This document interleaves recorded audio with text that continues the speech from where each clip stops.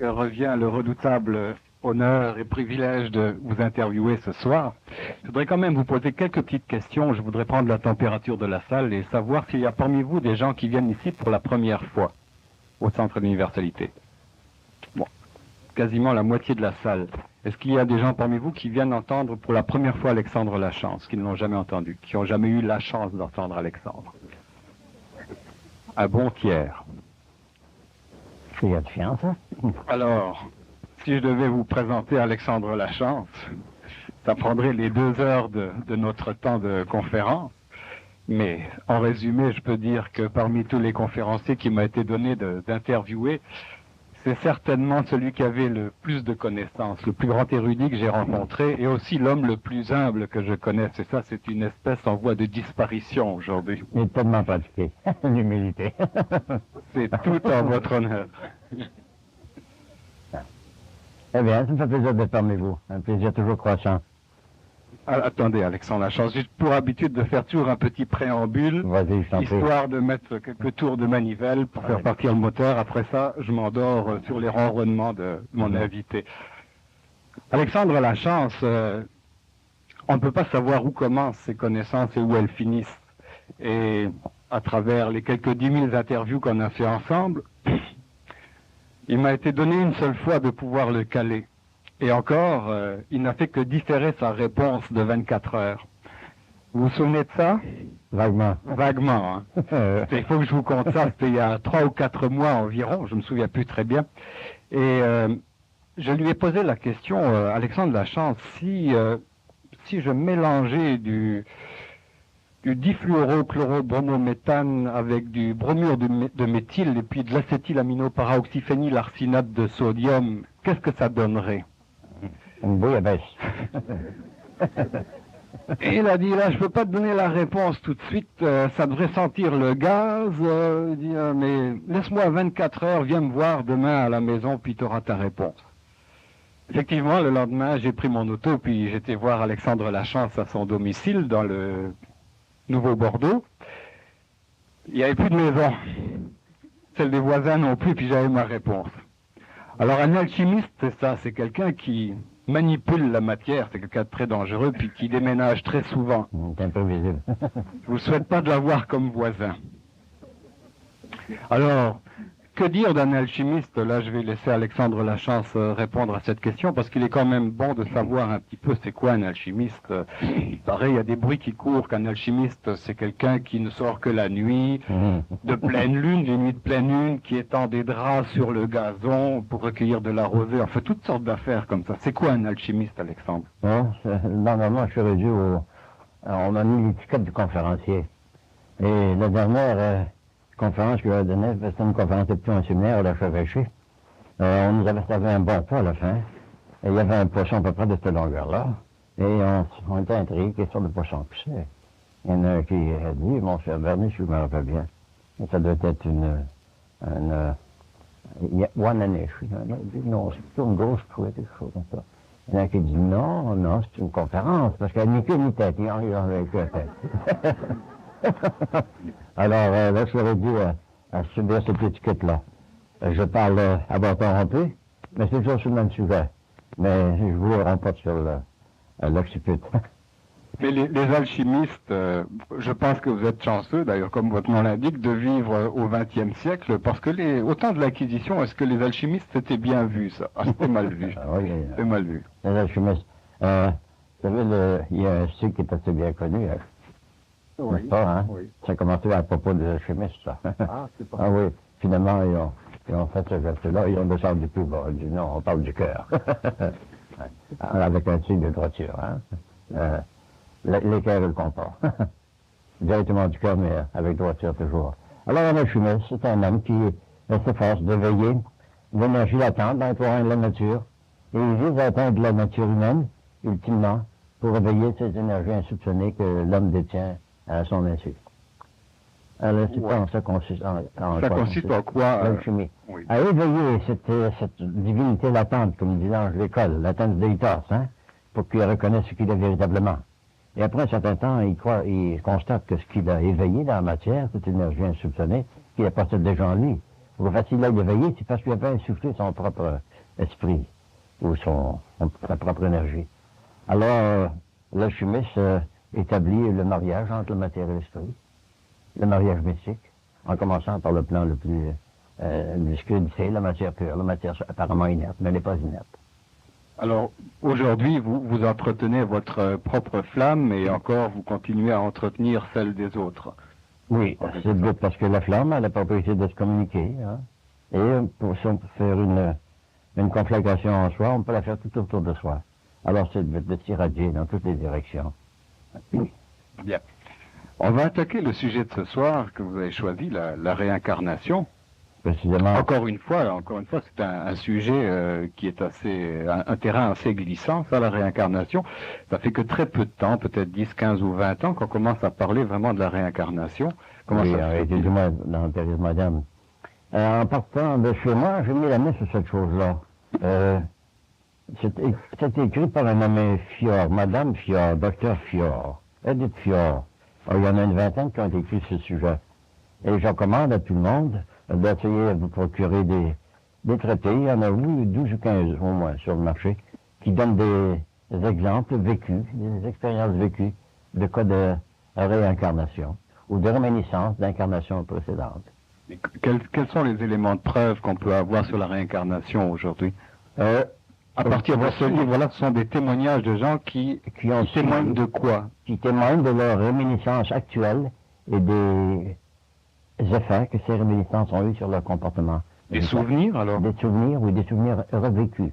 En psychanalyse, en psychothérapeutique aussi, on a puisé beaucoup dans ce domaine-là, dans le domaine subconscient, l'hyperconscient, afin de mettre en surface tous ces éléments latents qui paralysent notre comportement aussi bien que notre état de santé. Bon, alors ça, c'est dans le domaine de la recherche actuelle, des preuves scientifiques qu'on essaie d'établir pour consolider une doctrine réincarnationniste. Oui. Mais avant l'ère chrétienne, quelle était la position des groupes religieux? En Égypte, par exemple, et même dans la lignée judéo-chrétienne, avant le christianisme, il y avait beaucoup de jalons qui menaient à cette constatation-là. Ça n'a pas débuté avec l'ère chrétienne. Ça partira des Syrio-Chaldéens, pour ne pas dire de ceux qui sont établis en Mésopotamie ou même en Égypte. Ça viendra des races qui nous ont précédés. Et comment ça se fait-il alors que par la suite, la doctrine de la réincarnation a été mise de côté? Pourquoi? L'Église, naturellement, qui a toujours imposé un symbole des apôtres, 300 ans après leur existence actuelle, ont voulu éliminer ça de la croyance, parce que ça pourrait faire une déviation du credo, du symbole que l'on voulait imposer. Alors on l'a éliminé graduellement au cours d'un siècle, un siècle et demi. Alors ça veut dire qu'au début, ça existait. Ça existait. Ça existait définitivement. C'est rien qu'après le concile de Constantin, justement, 325, après Jésus-Christ, qu'on a éliminé ça définitivement. Et pendant un siècle, on l'a combattu, même on l'a persécuté, cette croyance-là. On le considère comme quelque chose d'hérétique et contraire. Mais pour quelle raison? Pour quelle raison on l'a éliminé? Parce que ça, d'abord, invalidait le credo proprement dit, le concile de Nicée, le symbole des apôtres, qui, eux, n'ont pas mention de réincarnation, sauf Jésus, quand il mentionne que avant qu'Abraham fût, j'étais. Hein?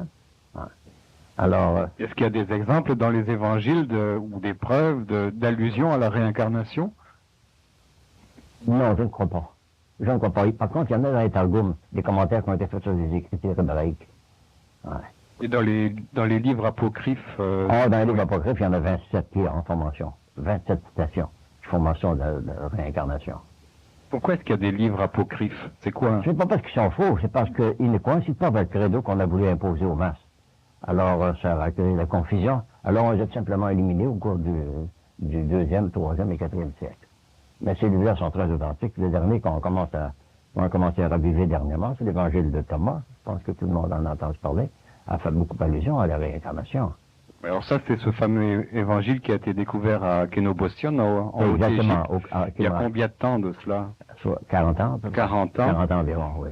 Et alors, qui n'a pas été ni falsifié, ni... Pas du tout, non. C'est un authentique. Il est écrit en araméen pur, oui. Alors, il est traduit chez l'Université de Montréal et l'Université McGill, ouais. Alors, ce sont des preuves historiques de la réalité de la croyance à la réincarnation autrefois. Et en Égypte, c'est un fait courant. On croyait en la réincarnation. Est-ce qu'il y avait un rapport avec la momification et cette doctrine? Oui, justement. La momification était simplement une exemplification de ce que l'on pouvait s'attendre. Il y avait une période de stage pour le désincarné, purgation ou purgatoire, et après avoir passé par cette épuration, l'homme se réincarnait.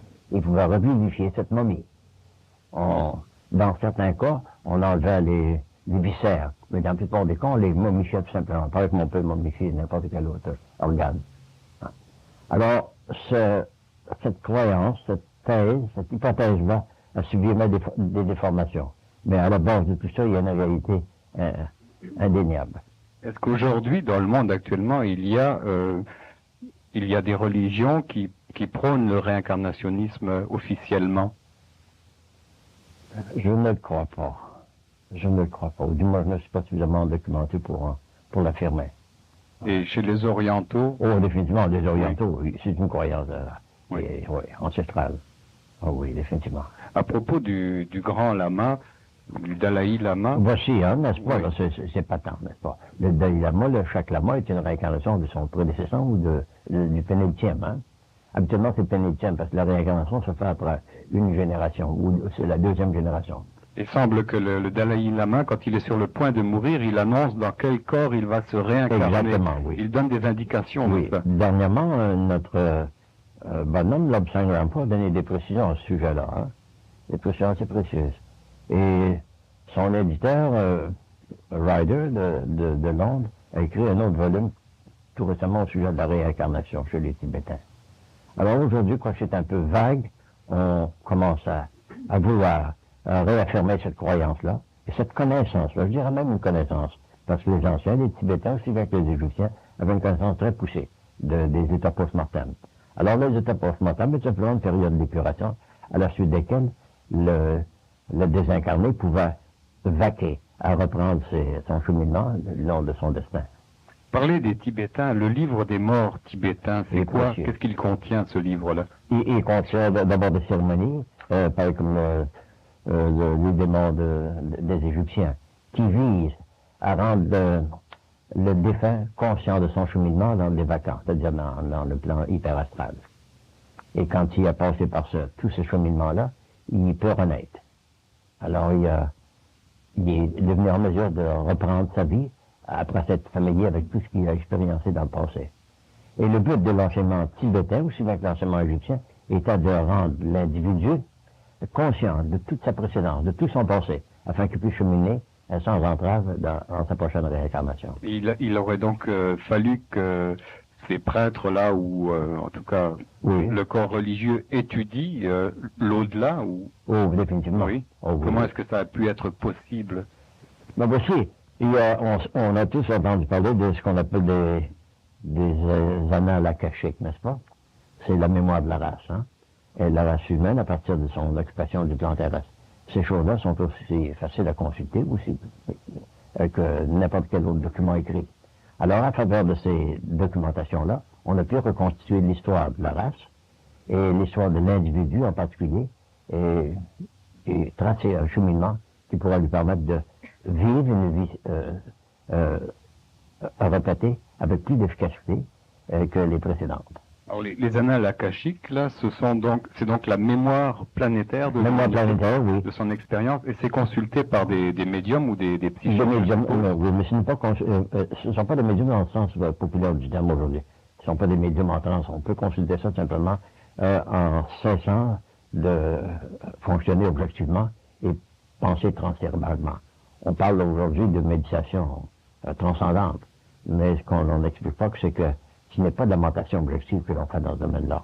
On cesse de penser objectivement et on laisse la race ou la mémoire raciale s'infuser en nous. Et on l'analyse, on en tient un record et on relate ce que l'on observe.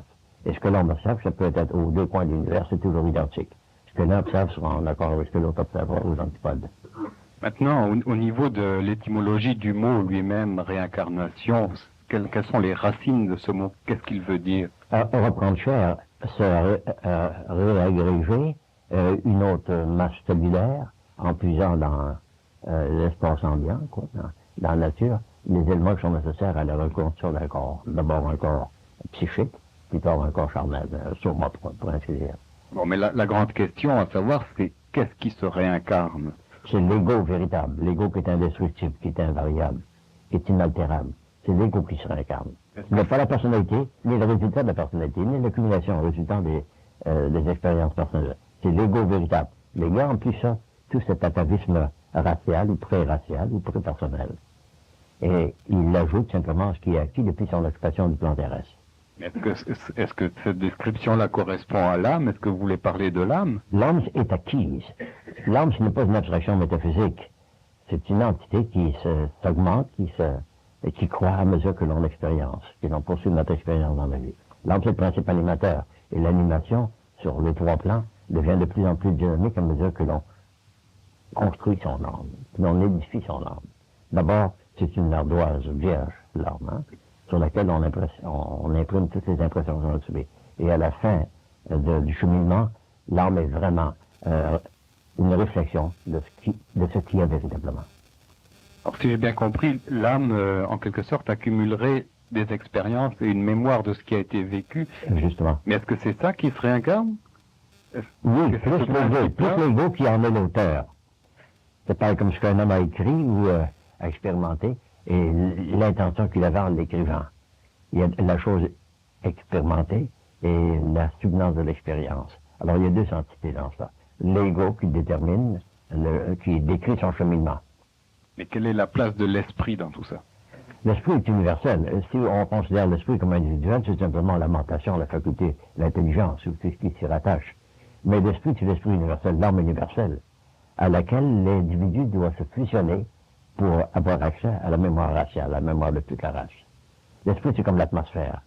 J'en puis une partie, mais elle est omnilatente, elle est partout présente. Alors l'esprit, c'est exactement ça, le grand tout, auquel je puise pour alimenter mon intelligence et mes facultés cogitatives. Bon, moi je suis d'un esprit plutôt pragmatique et j'essaie toujours de comprendre. C'est la meilleure méthode de procéder, oui. Il n'y a pas d'erreur, oui. Si j'essaie de faire une comparaison avec ce que vous me dites, je verrais ça un peu, l'âme, un peu comme la boîte noire de l'avion.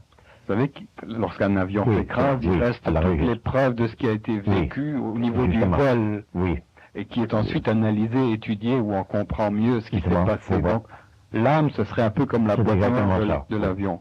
Précisément. Alors, où va cette boîte noire et qui l'analyse? L'ego véritable, qui est le témoin silencieux.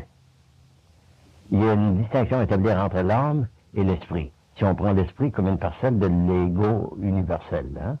Bon, il y a l'ego universel, le grand tout, qui se manifeste comme l'hyper-ego, ou l'inconscient collectif en général, mais l'inconscient individuel en particulier. Et ces deux, quand ils sont fusionnés, nous donnent accès à la connaissance totale.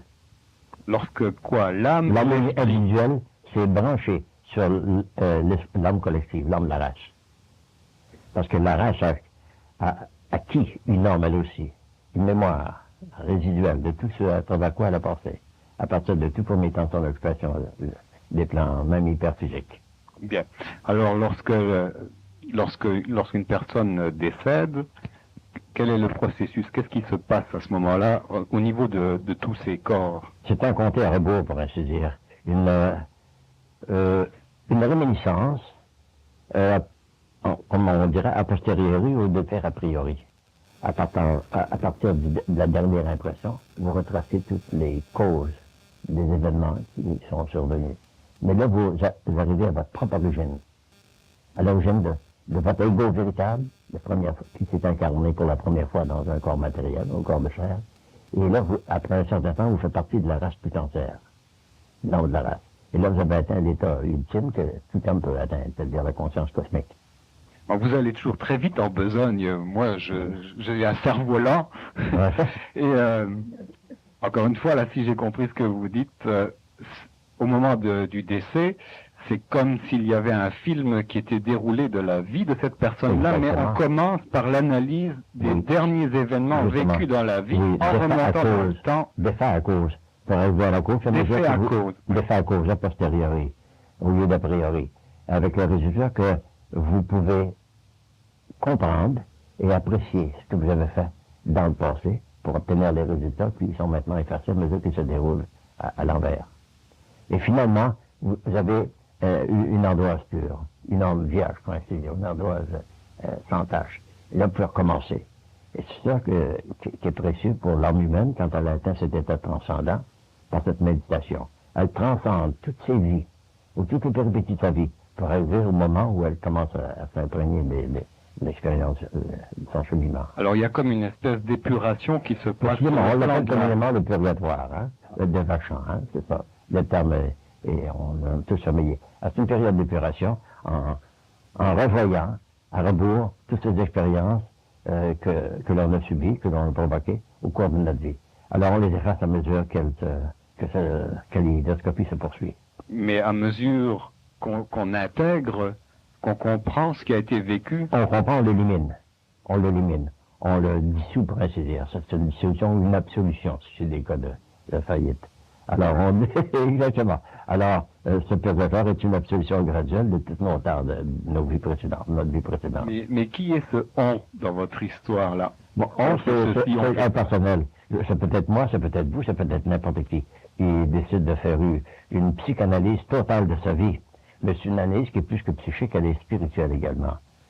Alors, la psychanalyse fait exactement ça. Elle retrace la cause d'un fantasme quelconque ou bien d'un traumatisme. Et quand elle a mis le doigt dessus, elle l'épure. C'est-à-dire en éprouvant de nouveau les mêmes sensations qu'elle aurait éprouvées. Et finalement, elle les dissout. C'est la dissolution ou l'absolution. Ouais, mais ça m'explique encore pas qui est le on. Vous me dites, non, c'est l'ego. Mais seulement, cet ego fait partie de l'ego. Et l'ego, c'est quoi?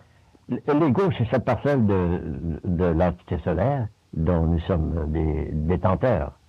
Hein, c'est l'hyper-ego. Je l'appelle l'hyper-ego, hein, mais c'est toujours on. Hein. Je ne peux pas dire c'est moi, c'est vous, c'est tout. La race humaine forme un tout. Hein. Alors quand on parle de on parle de on, hein, l'omni. Mais est-ce que ça veut dire que c'est l'omniconscience? Disons que on, c'est l'omniconscience. Et est-ce que c'est l'âme elle-même qui produit cet effet d'épuration, qui s'observe et qui s'analyse et qui rectifie la trajectoire? Est-ce que c'est... L'âme subit cet effet-là sous l'impulsion de l'esprit, qui décide de se dépouiller de tout cet à passé. Efface le tableau qui est trop chargé de dilemme. Et les hindous parlent des seigneurs du karma. Parce que si on parle de les seigneurs du karma, justement, les seigneurs du karma, on peut prendre ça comme une entité collective, entité scellée. Mais le karma, c'est la cause de loi, la loi de cause et effet, n'est-ce pas? Hein? Alors les seigneurs du karma font se dérouler devant vous, moi, et n'importe qui, tout ce à travers quoi on a passé.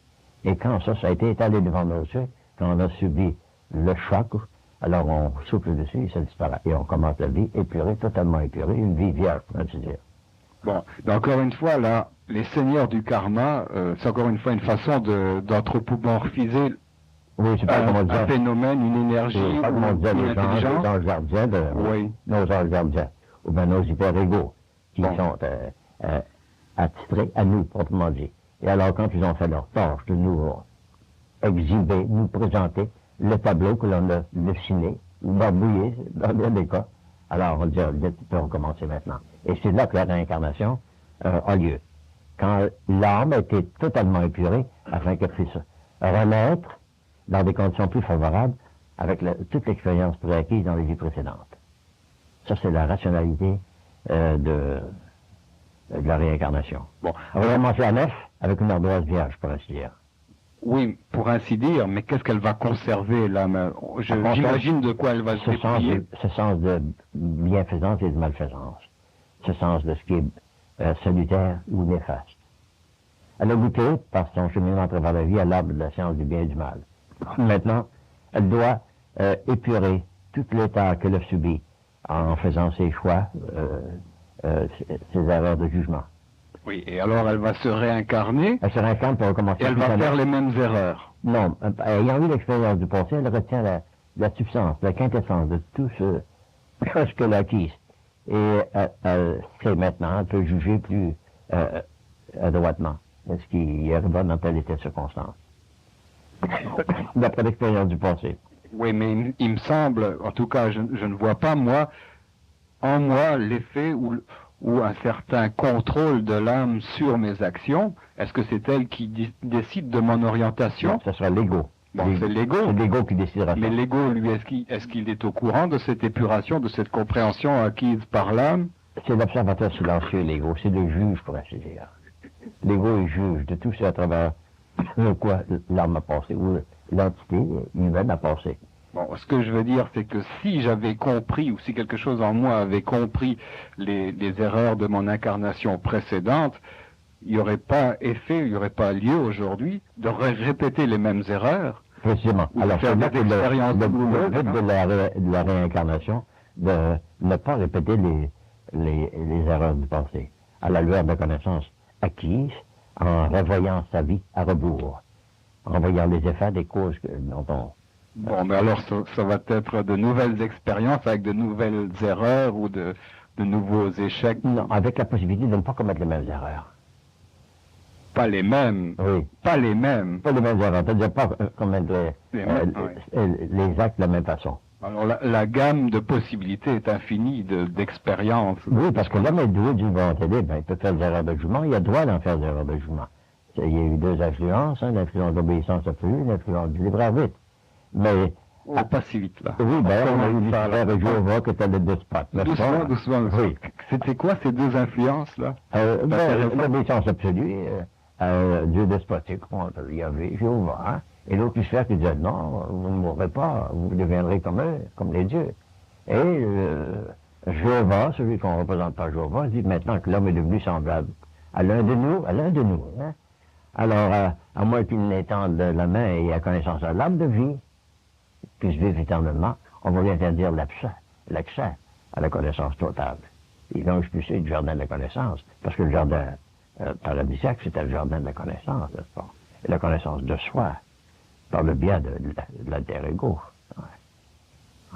Alors, cette expérience-là, c'était une épreuve que le créateur, le pantocréateur, comme on l'appelle, a voulu imposer une espèce nouvellement créée. Mais il y avait un adversaire. On l'appelle Lucifer, le porteur de lumière. Hein? Mais, alors, ils ont dit non, mais mieux de lui donner son libre arbitre, de le laisser se débrouiller par ses moyens d'or. Ils ont dit non, ça serait imprudent, ça serait téméraire de le laisser se débrouiller dans des conditions adverses comme ça. Alors, il faudra qu'il obéisse aveuglément. Alors, l'homme a préféré suivre la voie de la lumière, de Lucifer, du porteur de lumière, et faire ce qu'il est aujourd'hui. Ça veut dire qu'originellement, à la source, il avait toute cette compréhension, toute cette connaissance. Il était blanc de feuille. Bon. Il arrive dans un jardin expérimental. C'était un jardin expérimental, spécialement fabriqué pour lui, afin qu'il puisse faire un cheminement. Une espèce créée, hein? Une nouvelle espèce. Alors, ce n'était pas un Courmaillon, ni un Néandertal. C'était un pré-adamique qui était simplement blanc comme neige. Alors, les impressions qui vont s'imposer sur sa conscience seront ce qui est le résultat de ses choix. Mais, comme on lui avait donné le libre arbitre, on dit qu'il se débrouille par ses moyens de bord. Et voilà ce qui est aujourd'hui, on l'appelle aujourd'hui l'homo sapiens. Parce qu'il a goûté à la sapience, à la sagesse, à la connaissance. Vous trouvez ça? Oui. Et aujourd'hui, il lui reste encore la possibilité d'atteindre, d'étendre la main, puis goûter à l'arbre de la vie. Hein? L'arbre de la vie. Alors la vie, c'est la connaissance du grand tout. Non pas seulement ce qu'il y a dans le jardin expérimental, mais dans l'univers tout entier. Alors l'homme se dirige vers là, vers la connaissance totale, l'omniscience. Mais il n'est pas pressé parce qu'il a fallu 1 million d'années pour qu'il passe de l'ère des cavernes à l'ère des tavernes. Oui, justement. Mais oui, c'est bien ça. Je me souviendrai de celle-là. Oui. Ben oui, c'est pour des millions d'années. Mais, comme on dit, il y a une amélioration. Il y a une amélioration. Vous trouvez que l'homme va vers de plus en plus de sagesse? Ah oui, oui. Vous parlez pour vous, là. Ben non, pas. Vous lisez pas les journaux. Regardez-vous la télévision. Oh non, ça me roule les yeux. Non. Moi, j'ai pas tellement l'impression qu'on a plus de sagesse. La dominisation de la planète, c'est une expérience, hein? Une tentative de faire des répliques de soi-même. Il y avait, ou le tétragrammaton, la pluralité des dieux ont décidé de créer, de se reproduire. Mais il y a ceci, il y avait une autre influence, on dit, si c'était un homme libre, il y a le libre arbitre qui se débrouille, qui fasse ce qu'il veut faire, hein, non pas ce qu'on veut lui imposer. Et même Lucifer n'a pas pu imposer ses positions. Je parle de Lucifer pas au sens anthropomorphique, mais au sens métaphorique. Alors les deux sont des métaphores. Que ce soit Jéhovah, la pluralité des dieux, Yod et Varé, ou bien que ce soit le porteur de lumière sont deux figures métaphoriques. Et l'homme a joué entre ces deux éléments-là. Hein. Mais comme il y avait un ego véritable, une étincelle de son créateur dans sa conscience, alors il dit, je prends mon sort en main. Et il est devenu ce qu'il est aujourd'hui. Et si c'est pas l'homo sapiens, il se dirige vers la sapience. Ouais. Et